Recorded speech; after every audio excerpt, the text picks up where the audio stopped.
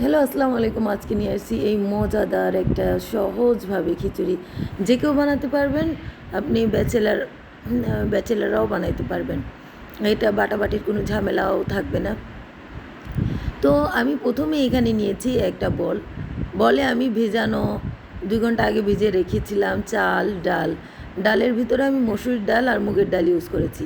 তারপরে দিয়েছি পেঁয়াজ, আপনি ইচ্ছামতো পেঁয়াজ দিতে পারেন। তারপরে থেঁতো করা আদা রসুন, আমি এখানে থেঁতো করে নিয়েছি, আদা রসুন বাটি নাই।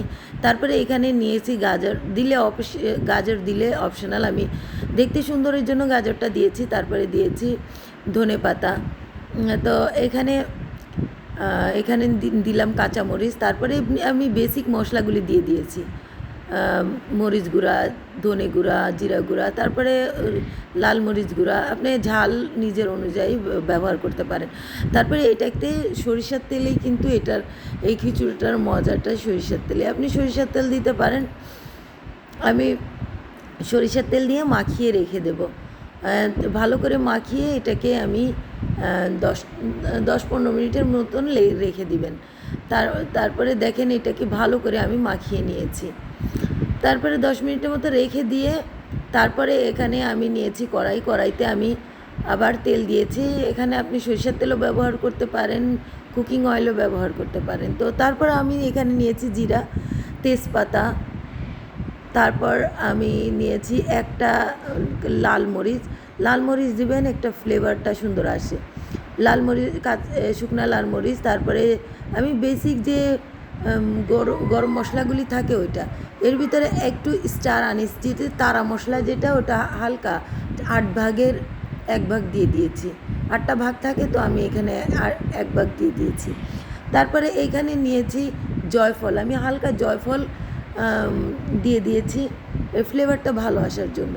তারপরে বেসিক যে গরম মশলাগুলি থাকে আপনি ওইগুলো দিয়ে দিবেন, যেমন দারচিনি, এলাচি, তারপরে এইগুলা দিয়ে তারপরে আমি ভালো করে এই ম্যারিনেট করা যে চাল আর ডাল ছিল ওটা আমি ঢেলে দিয়েছি।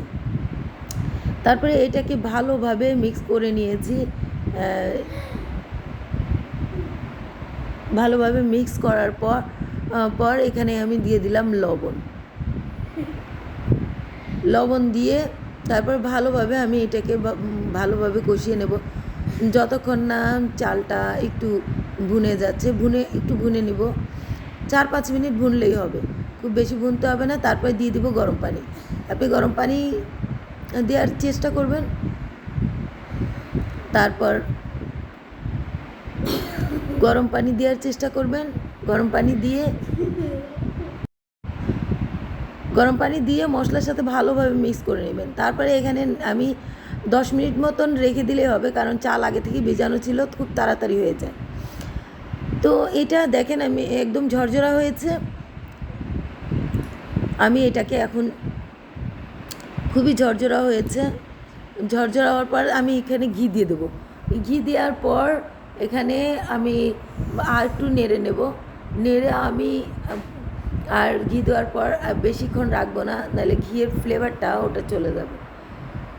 তারপরে এখানে আমি 2 মিনিট একটু দমে রেখে দিয়েছিলাম।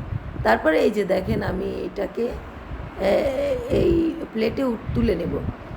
তো এটা প্লেটে তুলে নিয়ে তারপরে দেখেন তোলা হয়ে গিয়েছে।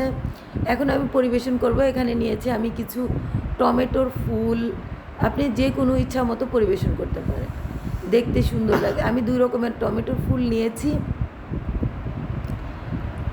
আর এখানে আমি নিয়েছি গাজর কুচি। আমি এখানে গাজর কুচি দিয়ে সাজিয়ে নিব। আপনি সাজাবেন যে কোনো অনুষ্ঠানে কিংবা মেহমানের সামনে দিলে দেখতে সুন্দর লাগবে এবং খেতেও রুচি আসবে। তো আপনি এইভাবে করে সাজাতে পারেন।